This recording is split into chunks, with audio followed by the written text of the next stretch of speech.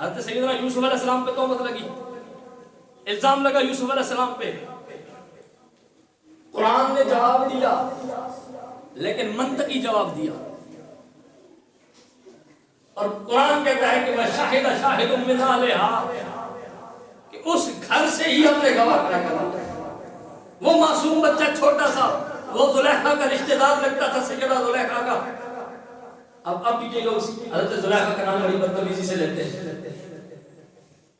اب ان کا نام ادب سے لینا چاہیے، کیونکہ حدیث پاک کے اندر آتا ہے الطائب من الذنب کمن لا ذنب لہ، جب بندہ سچے دل سے توبہ کر لیتا ہے تو پہلے گناہ معاف ہوتا ہے.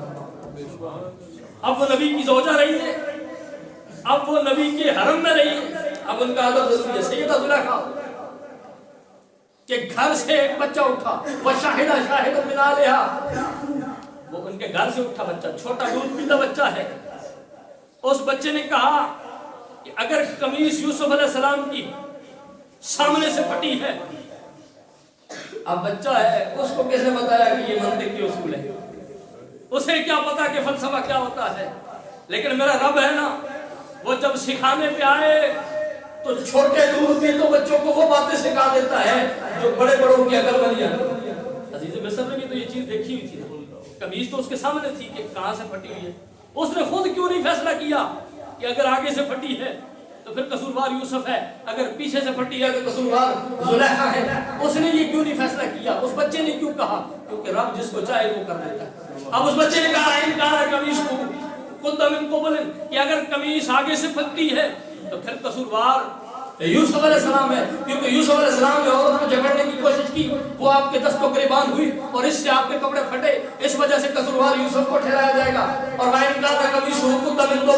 اگر قمیص پیچھے سے پھٹی ہے تو پھر قصوروار یوسف نہیں، پھر زلیخا ہے. اس لیے کہ جب اس عورت نے یوسف کو اپنی طرف مائل کرنے کی کوشش کی، یوسف علیہ السلام اس سے بھاگنے کی کوشش کر رہے تھے، وہ پیچھے تھے یوسف علیہ السلام کے، اس نے آپ کی قمیص پر ہاتھ ڈالا، یوسف علیہ السلام بھاگ رہے تھے، اس نے قمیص کو کھینچا اور اس وقت یوسف علیہ السلام کی قمیص پیچھے سے پھٹی. اب قمیص دیکھ لو، اگر آگے سے پھٹی ہے تو قصوروار یوسف ہے، اگر پیچھے سے پھٹی ہے تو قصوروار زلیخا ہے. جب قمیص دیکھی گئی تو پتہ چلا کہ قصوروار زلیخا ہے. بات یوسف علیہ السلام کی عزت کی تھی. گواہی کس نے دی؟ وَشَاهِدَ شَاهِدٌ مِّنْ أَهْلِهَا، ان کے گھر کے بچے نے. پریشانی بن گئی حضرت سیدہ مریم سلام اللہ علیہ، معاملہ ان کا آ گیا، الزام ان پہ لگ گیا. اب نبی کی ماں ہے، نبی کی ماں ہو، معاملہ اس کا بھی بڑا حساس ہے. نبی کی زوجہ ہو، معاملہ اس کا بھی بڑا حساس ہے. اب یہ نبی کی ماں ہے، الزام لگ گیا. اور الزام لگانے والوں کا الزام منطقی طور پر ٹھیک تھا، یہ ذہن کے اندر ہے. انہوں نے کہا جی آپ کی شادی نہیں ہوئی، بچہ کہاں سے آیا؟ بھئی منطقی اعتبار سے سوال ان کا ٹھیک بنتا ہے کہ تجھے کسی مرد نے دیکھا نہیں، تو نے کسی مرد کو دیکھا نہیں، تیرے پاس مرد آیا نہیں، تو کسی مرد کے پاس گئی نہیں، یہ تیرا کہنا ہے. شادی تیری ہوئی نہیں، پھر یہ بچہ کہاں سے آیا؟ چونکہ ان کا سوال یہ تھا کہ جو رب کا طریقہ ہے ویسے اس طریقے سے تو تیرا بچہ آیا نہیں، یہ بچہ کہاں سے آیا ہے؟ اللہ تعالیٰ نے فرمایا کہ اے مریم ان کو کہو کہ میں نے چپ کر روزہ رکھا ہوا ہے، فَأَشَارَتْ إِلَيْهِ، اس پنگوڑے کی طرف اشارہ کرو اور کہو کہ اس بچے سے پوچھو کہ یہ کہاں سے آیا. جب بچے کی بات آئی نا تو وہ لوگ کہنے لگے قَالُوا كَيْفَ نُكَلِّمُ مَنْ كَانَ فِي الْمَهْدِ صَبِيًّا، یہ جو پنگوڑے کے اندر لیٹا ہوا بچہ ہے یہ کیا بات کرے گا، یہ کیا بولے گا؟ انہیں کیا پتا تھا کہ نبی نبی ہوتا ہے، نبی جس عمر میں ہو نبی ہوتا ہے.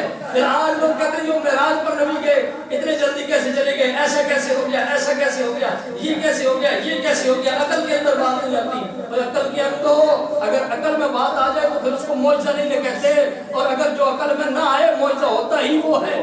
اگر وہ رب چاہے تو بچہ نبی ہو اس سے بلوا لیتا ہے.